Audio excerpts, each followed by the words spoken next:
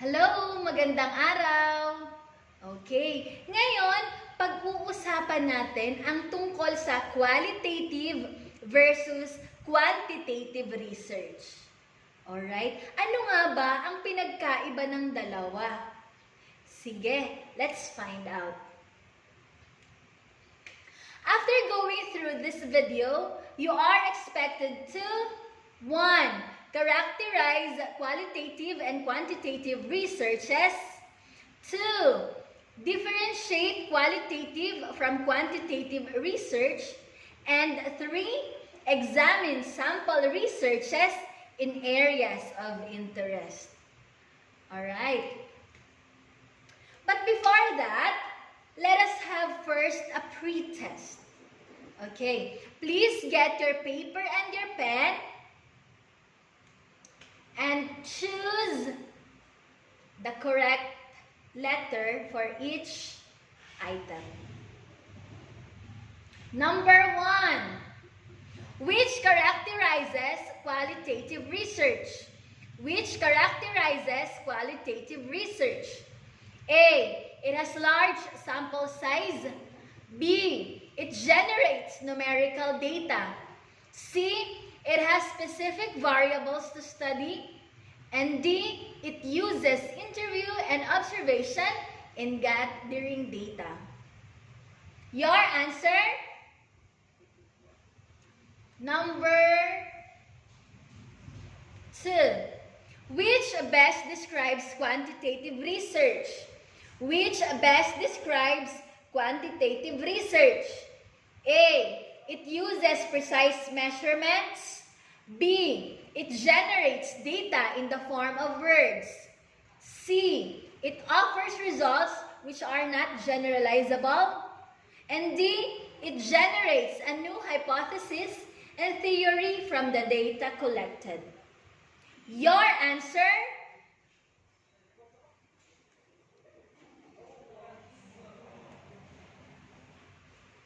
Number 3. What research type is subjective rather than objective? What research type is subjective rather than objective? A. Descriptive. B. Experimental.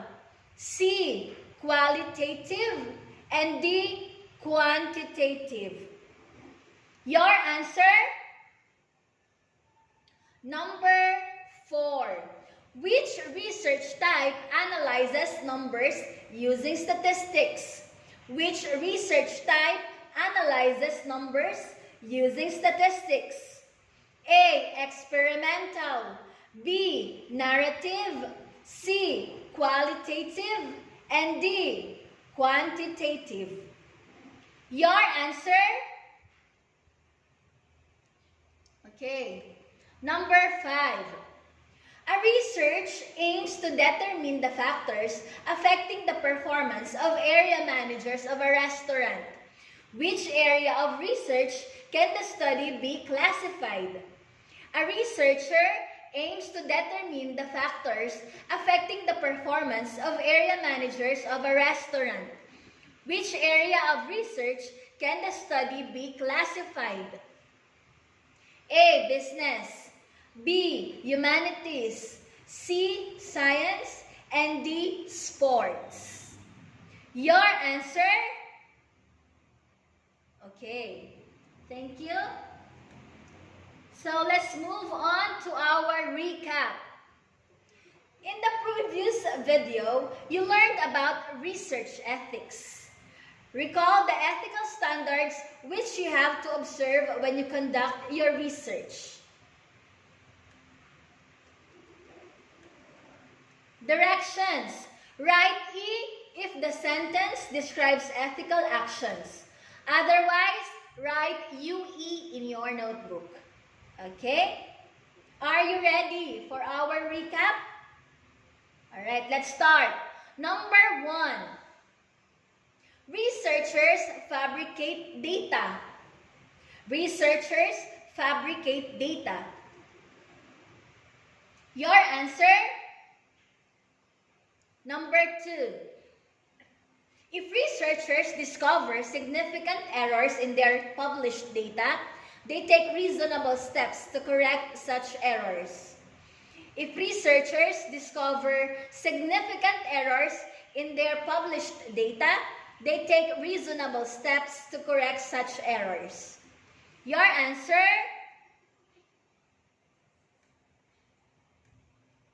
Number 3. Researchers present portions of another's work or data as their own. Researchers present portions of another's work or data as their own. Your answer? Number 4. Researchers tell participants exactly what will be done in the study but do not explain why. Researchers tell participants exactly what will be done in the study but do not explain why. Your answer? Number 5. Researchers protect participants from physical or psychological harm. Researchers protect participants from physical or psychological harm. Your answer? Okay, thank you. Okay, let's move on to the types of research based on data. So, we have qualitative and quantitative data here. In conducting a study, the researcher may use any of these types of research based on data, namely qualitative research and quantitative research.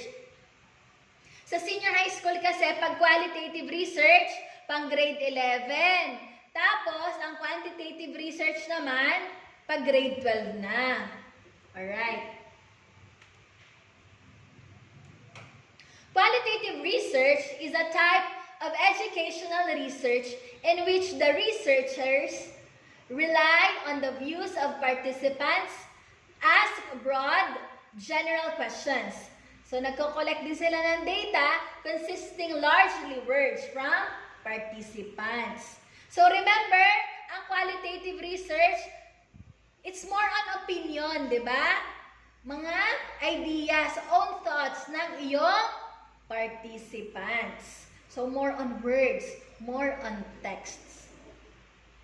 Next, ang qualitative din kasi, nagde-describe and analyzes these words for themes and conducts the inquiry in a subjective, biased manner. Alright. So, gumagamit tayo ng mga themes. Tapos, ang pag-i-inquire natin ay subjective. So, anong sinasabing subjective? So, more on sa personal thought, di ba? Opinion ng iyong mga participants. Tapos, masasabi natin ito ay unfair. Siyempre, iba-iba nga naman kasi ang thought, iba-iba ang opinion ng bawat nilalang, ng bawat participants natin. Okay, next. Quantitative research naman. So, sa quantitative research, ito ay type of educational research in which the researcher decides what to study, asks specific, narrow questions, collects quantifiable data from participants. Alright, so kailangan natin dito ng mga numbers. Kailangan natin dito magkwenta, but in a quantifiable manner. Tapos, yung mga tanong natin dapat specific talaga. Okay. Unlike sa quali, very broad.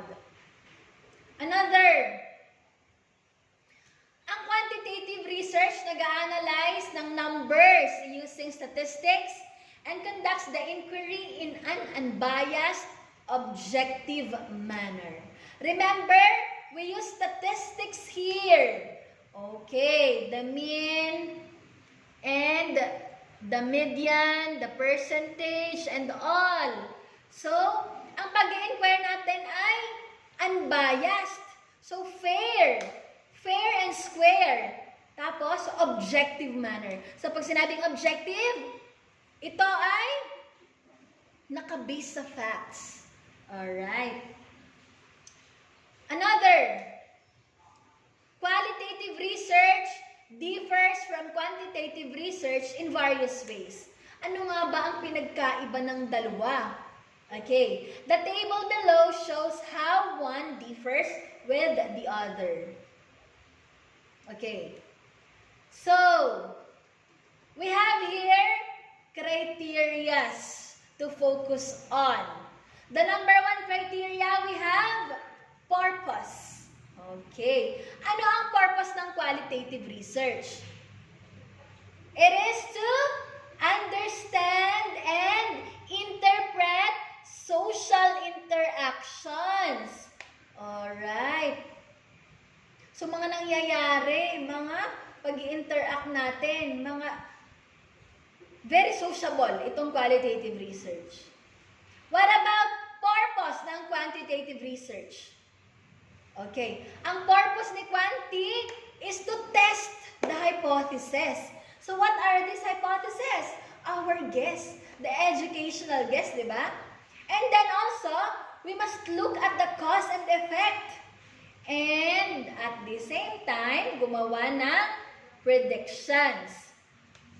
Okay, let's move on sa next criterion. We have group studied. So, sino ba yung mga pinag-aaralan ng qualitative? So, dapat small lang. At saka, not randomly selected. Okay, small population.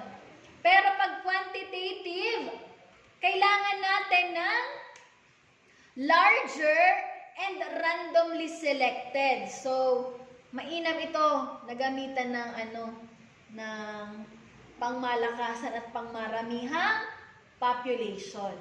Alright. Next. Pag ang criteria naman ay variables, sa quali, ang study natin ay whole, pangkalahatan. Okay, generalized. So, we don't focus on the variables. Kasi kapag quantitative research, dapat ang pagfo-focusan natin ay yung specific variables. Kasi laging bida si variables, di ba, sa quantitative research. Okay, another criterion. We have the type of data collected. Sa qualitative research, more on words, more on images, more on objects. Unlike sa quantitative research, nakafocus tayo sa mga numbers and statistics. So, naku po, talagang pangmalakasang mathematicians itong ating quantitative research. Alright. Another criterion to focus on, the form of data collected. Sa qualitative research, ang qualitative data natin such as open-ended responses, interviews, participant observations, field notes, and reflections tayo nagfo-focus. Okay, again, open-ended responses, interviews, participant observations. Kailangan natin dito mag-observe. And field notes at mga reflections. Doon tayo mag-focus. Yun ang ating form of data collection. While sa quantitative data naman, tayo ay nagbe-base sa mga precise measurements. So, napaka-eksakto. Using structured and validated data collection instruments. So, magsa-structure tayo. Gagamit tayo ng structured. Tayo ay magbabalidate ng data. So, gamit itong ating mga instruments na, what you call this, very reliable. Okay, another criterion. Type of data analysis. Okay. Sa qualitative, tayo ay nag-a-identify ng patterns. Meron tayong pattern na sinusunod. And then also, we have these features and themes. So, non-statistical siya. Okay. Non-statistical, contextual. Nagfo-focus sa content. Another, thematic. So, gumagamit tayo ng mga themes. Alright. For quantitative research, we identify statistical relationships. So, meron bang, what you call this? Merong relationship talaga, significant relationship. So, we need to know that sa quantitative research. Okay, another. When it comes to objectivity and subjectivity, ang qualitative research ay very subjective, as what I have said earlier. More on personal thought, di ba? Tapos, sa quantitative research naman, ang objectivity is critical. So, highly expected na dapat lahat ay very objective. Okay. For the criterion, role of researcher tayo ngayon. Sa qualitative research, ang mga researcher at saka yung kanyang mga biases may be known to participants in the study, and participant characteristics may be known to the researcher. Okay. So, alam natin, klaro, lantad between the researcher at saka participants. Lahat dapat lantad, kitang-kita, observable, klaro sa bawat isa. Pero sa quantitative research naman, researcher and his/her biases are not known to participants in the study, and participant characteristics are deliberately hidden from the researcher. Okay, masikreto ito, di ba? Sa role of researcher naman sa quantitative. Kasi syempre, ikaw lang din naman ang mag-find out, ikaw ang magsusolve, di ba? You, the researcher. Kasi bibihira naman sa mga participants yung mag-i-interest na malaman kung ano nga ba ang totoong resulta nung study niya, nung research niya. So, bibihira. So, kaya ganito. Okay. Sa results ng particular or specialized findings. So, less generalizable. Not conclusive, nor generalizable. Okay. Ang result, okay. Nag-generalize tayo, pero hindi naman ganon, di ba? Hindi naman siya dapat ganon kagrabe. Alright. Pero sa quantitative research, generalizable findings that can be applied to other populations. So, kailangan ka talaga mag-generalize. Broad-based yung insights, dapat population-based yung understanding. Okay. Sa scientific method na criterion naman tayo. Sa quali, exploratory or bottom-up siya. The researcher generates a new hypothesis and theory from the data collected. Okay.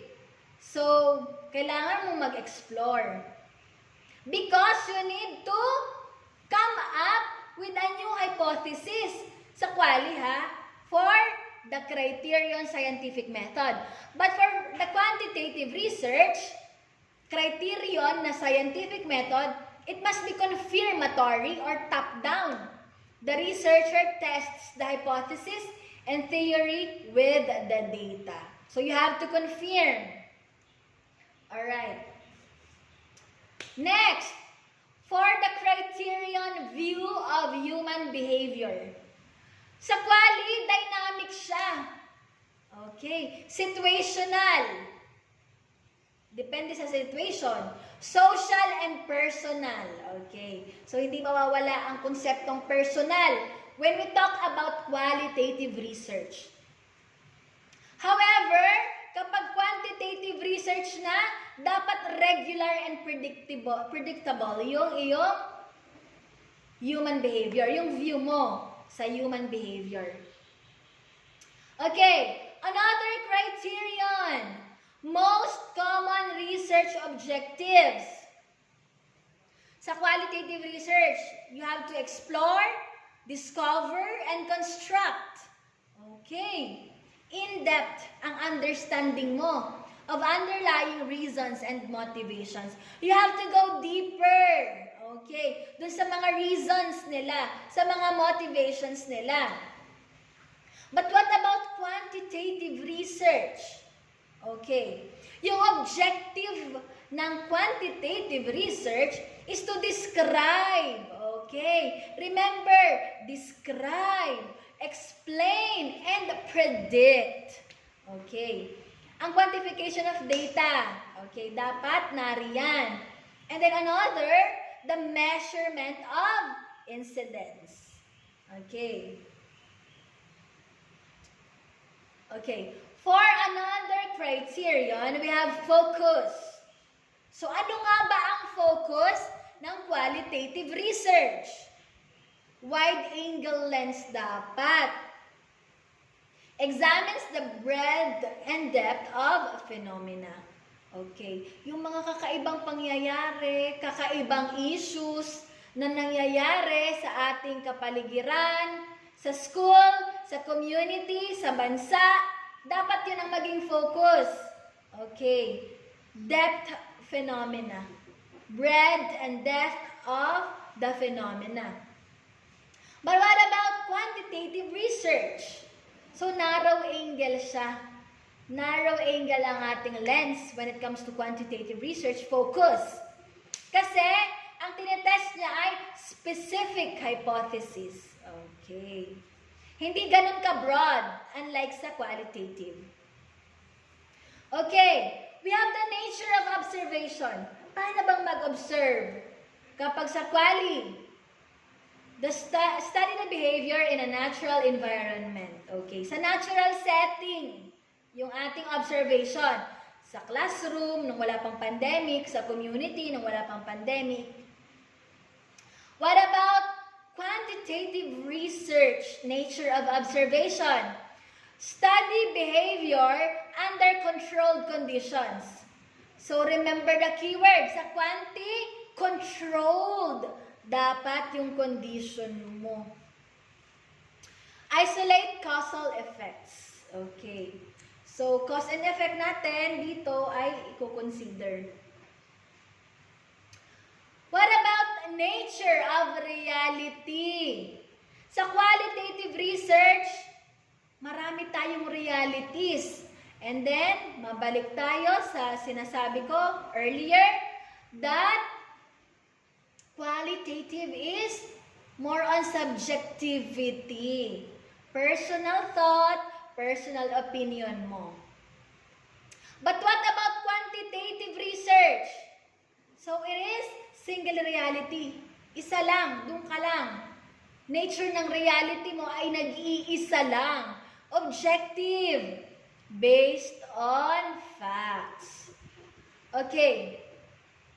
Now, let's move on sa criterion na final report. Sa final report ng qualitative research, narrative report siya with contextual description. Okay. More on pagde-describe. Ano yung nilalaman? Ano yung final na report mo? And direct quotations from research participants. Magko-quote ka kasi sa qualitative research. So, we have to code. Okay, dyan. Nagkakaroon tayo ng coding and that's the time na magpo-focusin tayo sa mga quotations na galing sa kanila. What about quantitative research? Ayan. Statistical report with correlations. Dyan na tayo.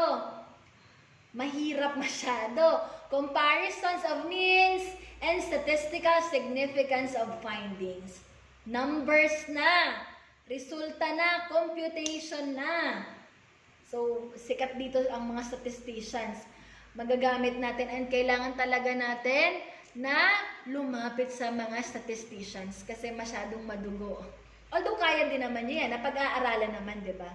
But kailangan natin ng assistance nila. For us to be really objective. Sige. Now, let's focus sa research across the fields. Research studies are conducted across fields such as business, and management, computer science and information technology, education, government and law, communication, science and engineering, social sciences, medical and life sciences, etc. Okay, gamit na gamit si research sa iba't ibang fields na ito. Okay. These researches, when combined, would create a great impact to society's progress. Okay nga naman. Kapag i-integrate natin ang iba't ibang researchers sa different fields, magtutulungan sila and mas magiging mainam, mas makakatulong sa ating society. In senior high school, students choose the focus of the research depending on their tracks and strengths. These are as follows. Students who pursue science, technology, engineering, and mathematics, or the so-called STEM, focus on development and innovation and in research. The researchers explore and examine the physical and natural world. Okay. Something scientific. Okay. Related lagi sa science, sa ating engineering, and ating paboritong math. They create and apply knowledge in order to design, maintain, and innovate an existing product which satisfies the needs of the society or solves a problem of the community. So, related sa STEM yung mga isosolve nilang problem. So, ano-anong mga problem ba ito? Sige nga. Let's find out sa mga ipapasa nila ng mga STEM learners natin. Alright? In home economics, tourism, researches revolve around several areas such as tourism strategies, consumer behavior, operations, marketing, policy making, planning, performance, development, and management. So, pang HRM ito. Alright. Students may choose any of these areas and contribute to development of tourism industry.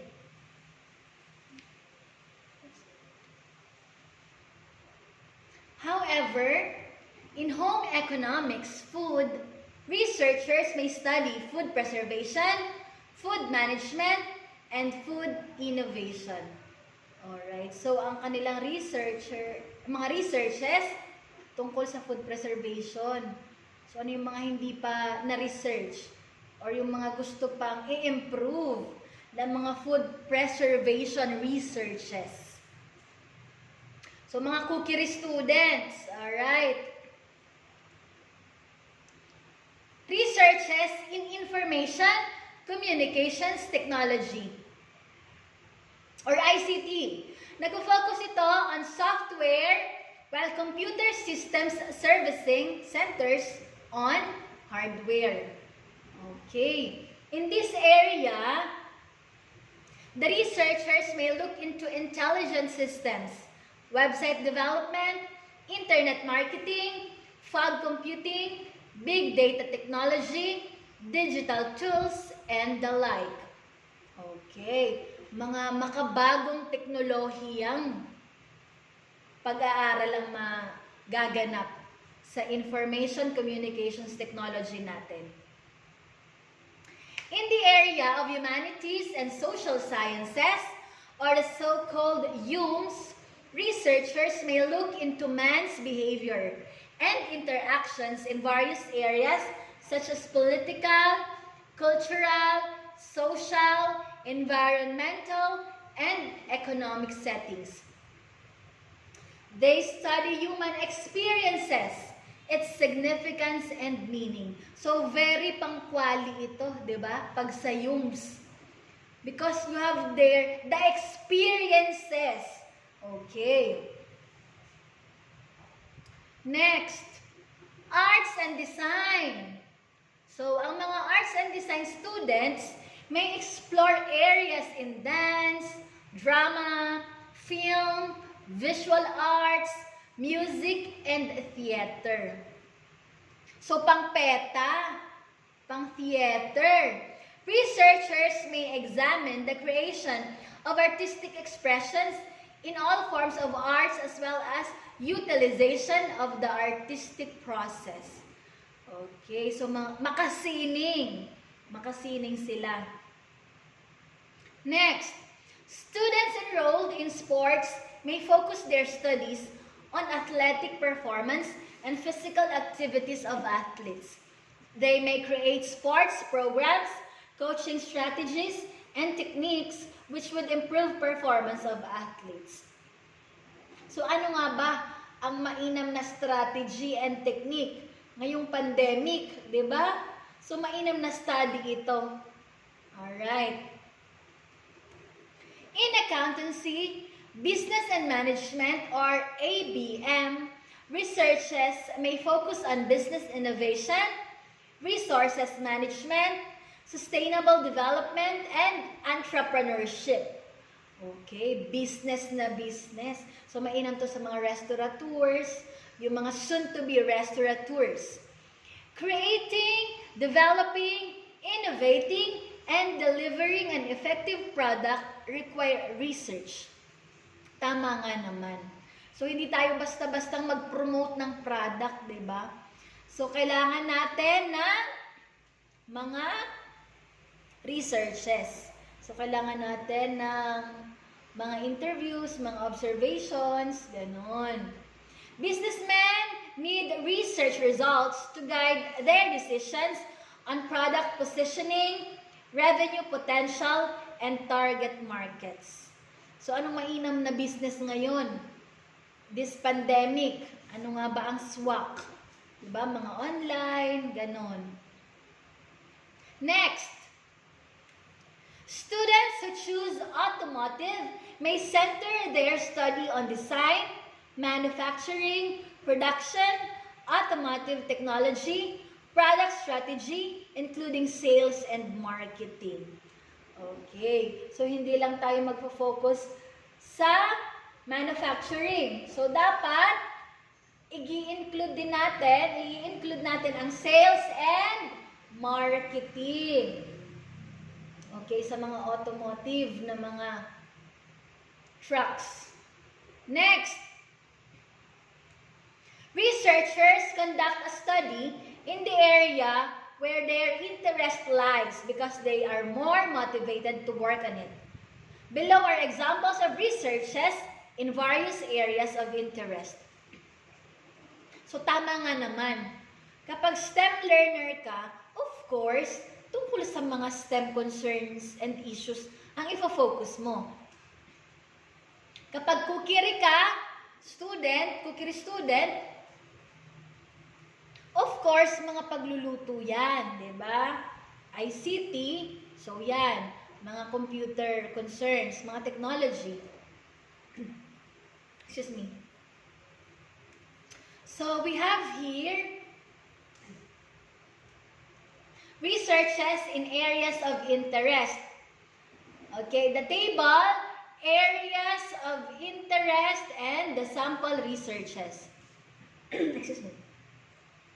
For science, ang sample research niya ay portable solar-powered weather station. So, swak na swak. Tourism. Ang sample research niya ay level of awareness of Pasig residents on historical heritage in Pasig City. So, paano kapag sa Burawen? So, how will you do it? Paano kapag sa Batangas?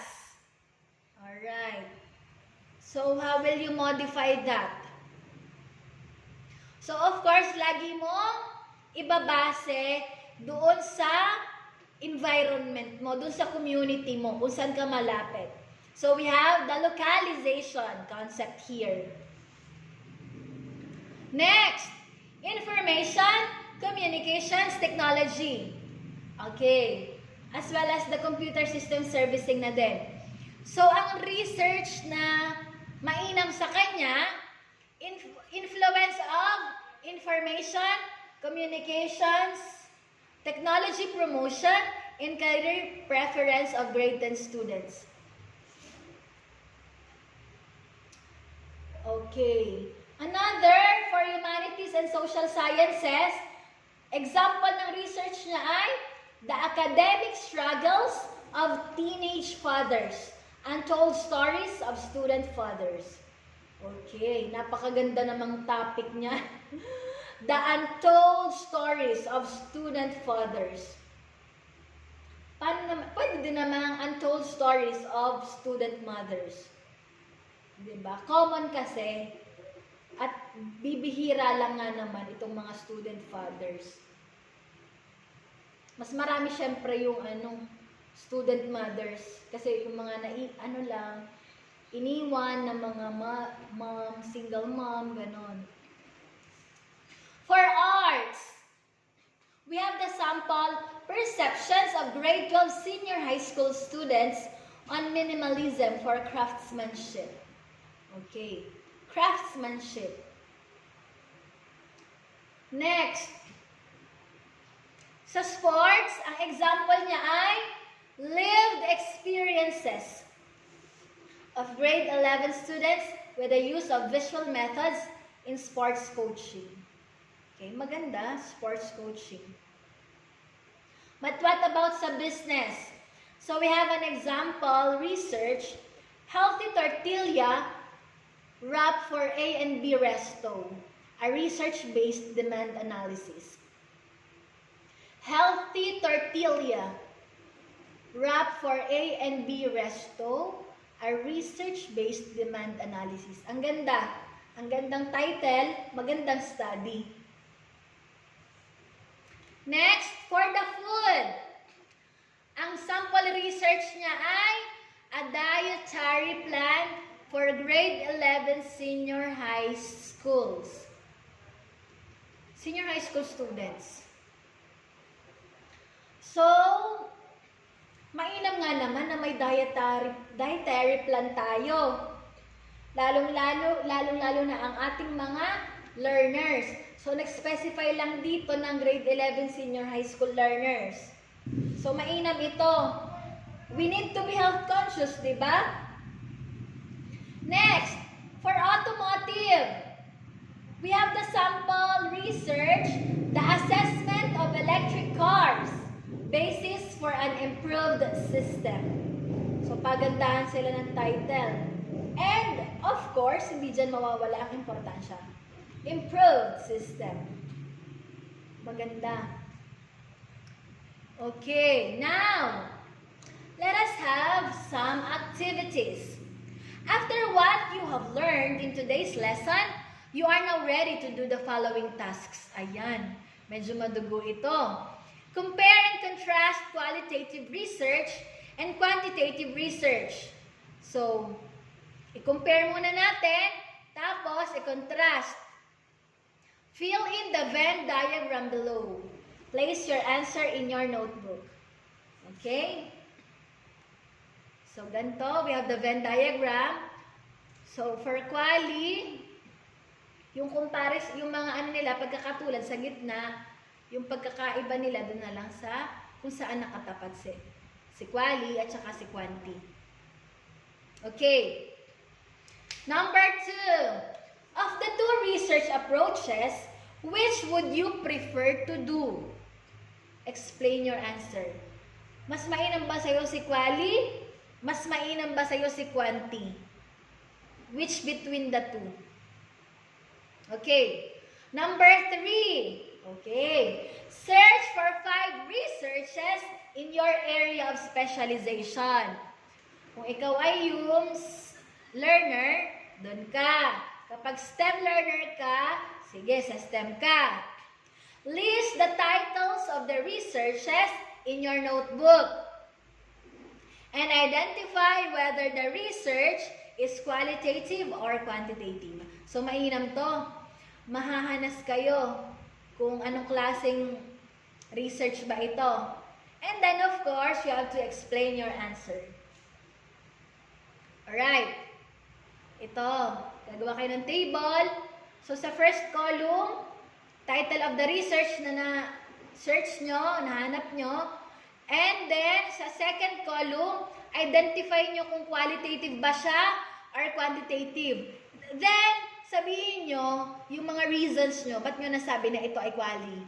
Ba't nyo nasabi na ito ay quanti? Alright? Got it? Sige. Now, let's wrap up. To summarize, identify the key points in today's lesson. Let's have a 3-minute pause. So, pause for 3 minutes and reflect on the concepts, information, and ideas in today's lesson. Complete the unfinished statements below. Write your answer in your notebook. Okay, I became more aware of. Number 2, I discovered that. And number 3, I realized that. Alright? Lastly, let's have valuing. If you were a researcher and would do environmental scanning, what qualitative or quantitative research would you possibly work on to address issues and concerns around you? If you were a researcher and would do environmental scanning, what qualitative or quantitative research would you possibly work on to address issues and concerns around you? Okay? Sige. And then, we will complete this table. The first one is an example. Poor reading. Yun ang ating concern.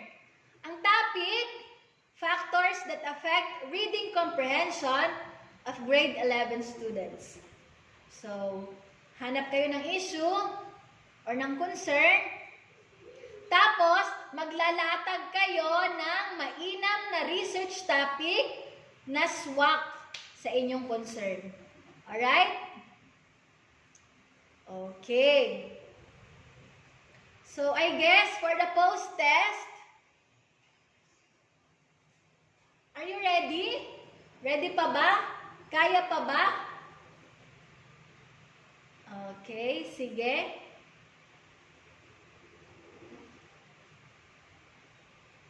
Read the statements carefully.